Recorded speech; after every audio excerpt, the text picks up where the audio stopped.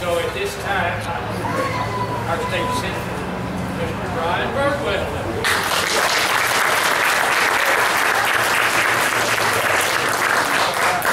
Rules of engagement remain the same. You know what they are, right? Be good, be brief, be gone. First of all, let me say happy birthday to Reen. There she is.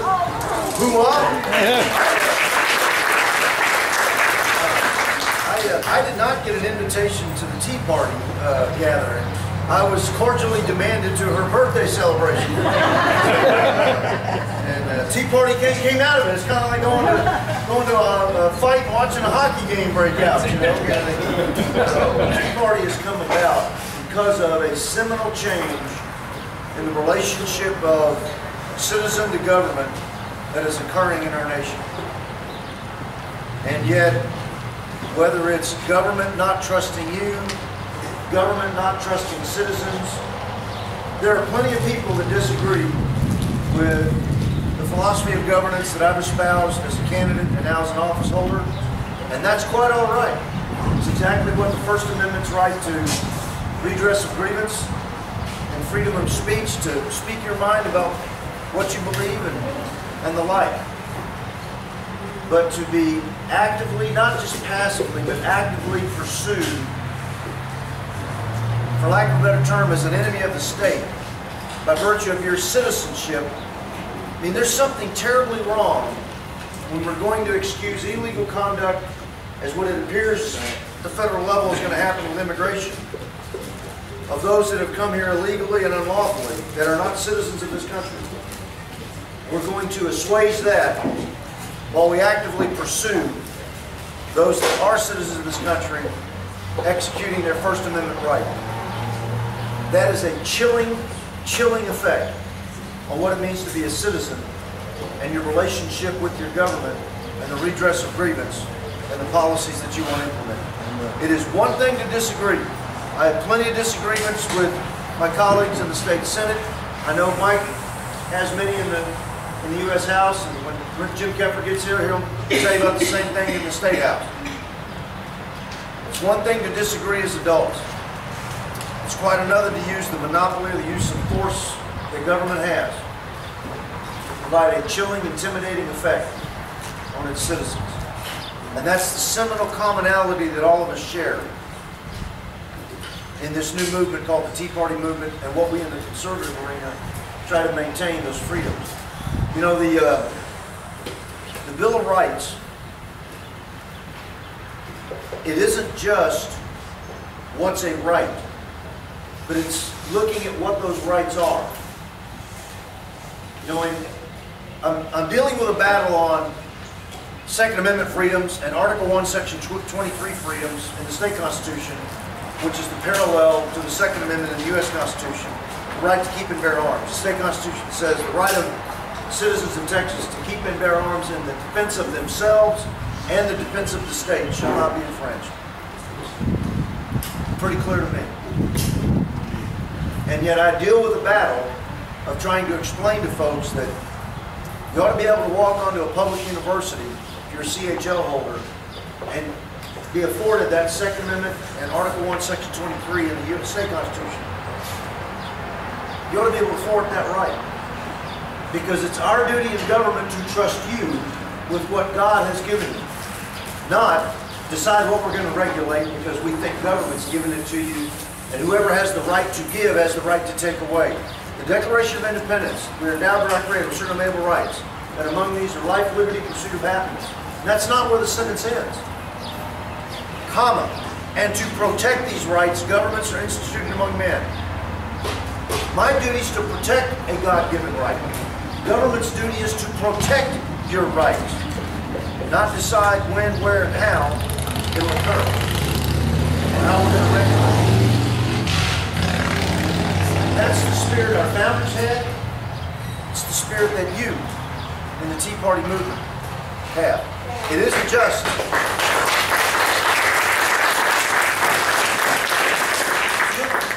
the thing that I know it's a basic fundamental that I think you all inherently understand and know, but I'm going to just say it simply because In some ways you have to say it just to hear yourself say it, to make sure you know it and understand it. But when we look at the terms conservative and liberal, most people use those without thinking about the context of what they mean. What's the root word of conservatism? Conserve. What is it we're trying to conserve? We're trying to conserve not just freedoms, but we're trying to conserve the limits that are placed on government in both our U.S. Constitution and our state constitution. Liberals wish to liberalize or remove the constraints on government that are placed in our U.S. Constitution and state constitutions. And exactly like one of the bumper stickers I saw in the parking lot, where you remove those constraints on government, as government's ability to continue to move and grow inherently causes an inverse reaction to your freedoms. And that's exactly what all of us gathered here today, particularly those in elective office, are trying to make sure we retain. I could give you a number of things that we've tried to do at the state level. I don't want to bore you with a legislative update. I only have just a few more minutes, and I want to spend most of that with Q&A if I may. But there were some things that we just did in special session that I want to make sure you're updated on, because we just did it yesterday. That's the redistricting process. So I want to make sure you very clearly understand what we've done and how it impacts you. There are 3 maps that, as you know, redistricting is a function of the state legislature, and there are 3 maps that we passed out yesterday out of the Senate that will go to the House, the State House, to be ratified or to be acted on as well.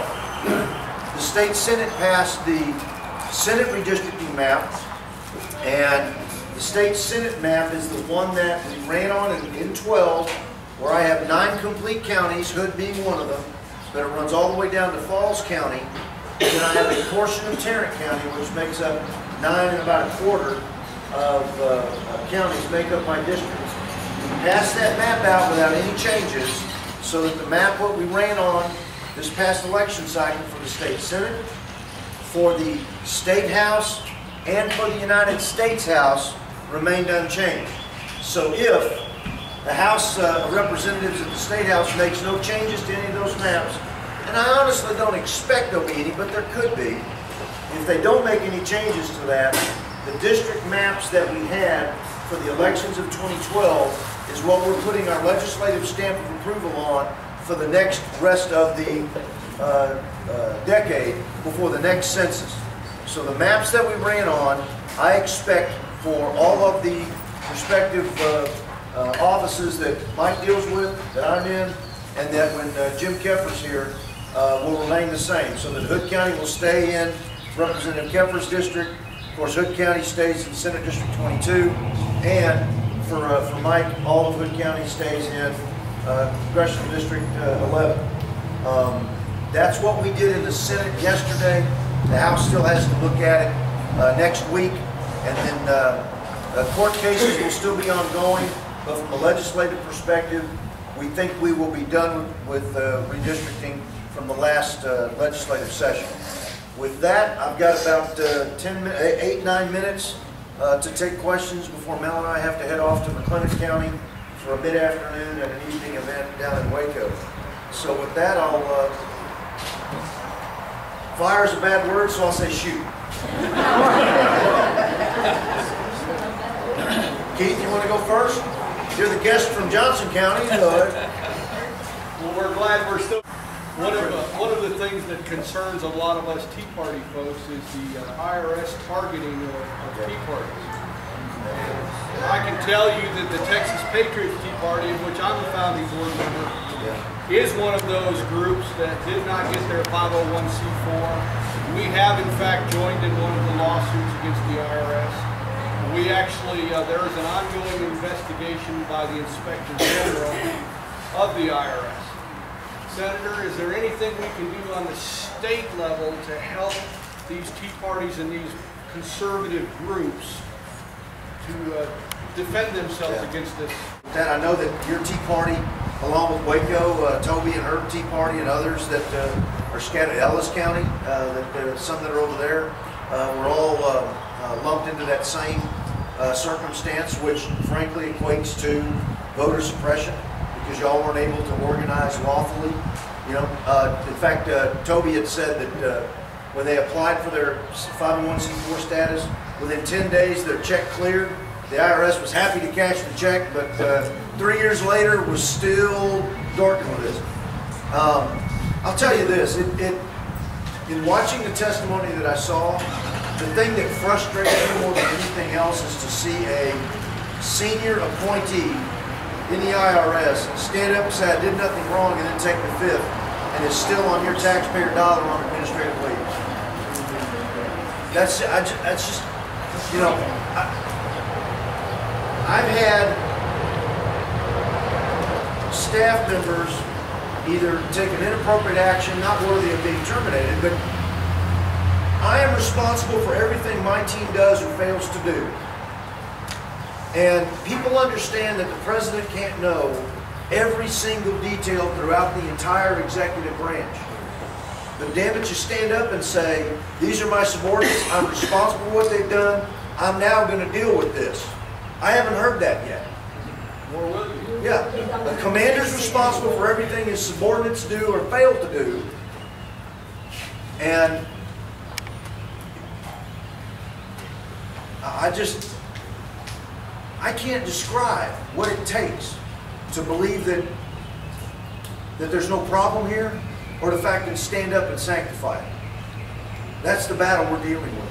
Curious, you know, how much you would support open carry, and I ask that more in lines with how I believe that's our constitutional right. Whether it's a smart thing to do or not is a secondary matter, in my opinion. It's more the fact that we, arguably, under the Second Amendment, should have that right to choose. Well, Article 1 of the state constitution is the parallel Bill of Rights. Texans of the state constitution as the federal constitution, and there's actually some more enumerated things. Within the Article 1, Section 23, constitutional right in the state constitution, the additional sentence, additional paragraph or phrase behind the original one that I gave you, the right to keep and bear arms in defense of themselves and the state, comma, and the state legislature will take a view to prevent crime. I don't believe being an open carry person makes you a criminal. I think our challenge is it's an incremental get there. I'm comfortable with open carry because as a military guy, and like Roger and some of our law enforcement guys, I've carried openly. Granted, I was in uniform and there was a purpose to it. As a guy that's a little on the crispy side, that when you get into July and August in Texas, concealing gets harder and harder and harder, unless you want to dress like, you know, like it's winter? Like it's winter, you know.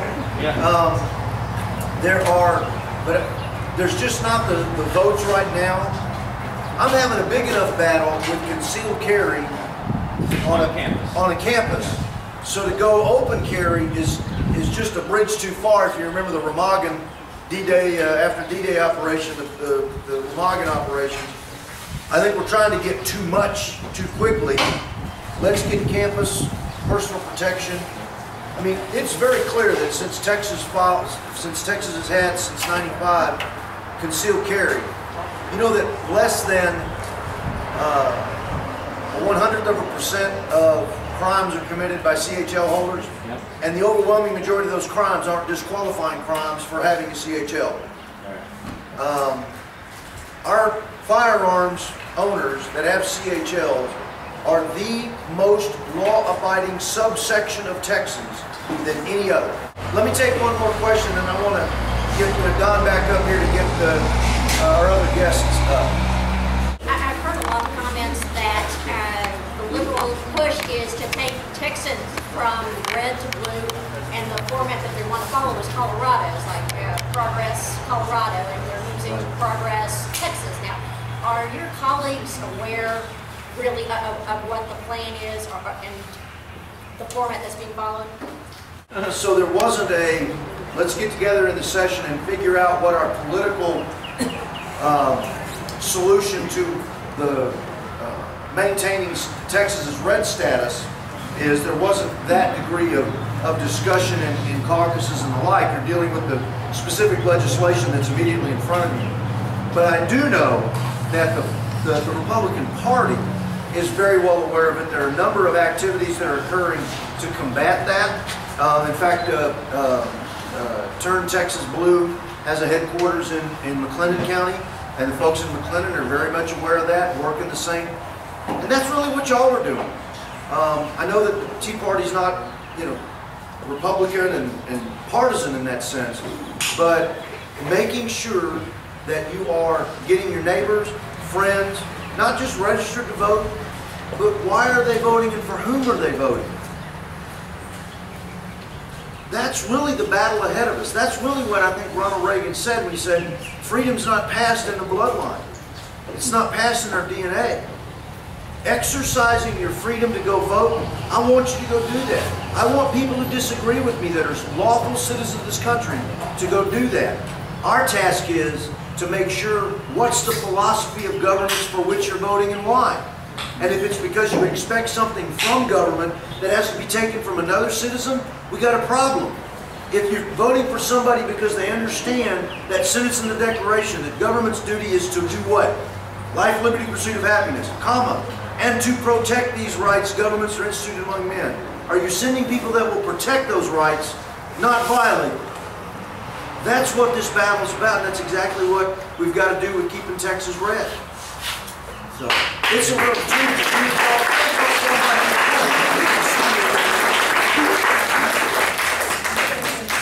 Thank you. Thank you.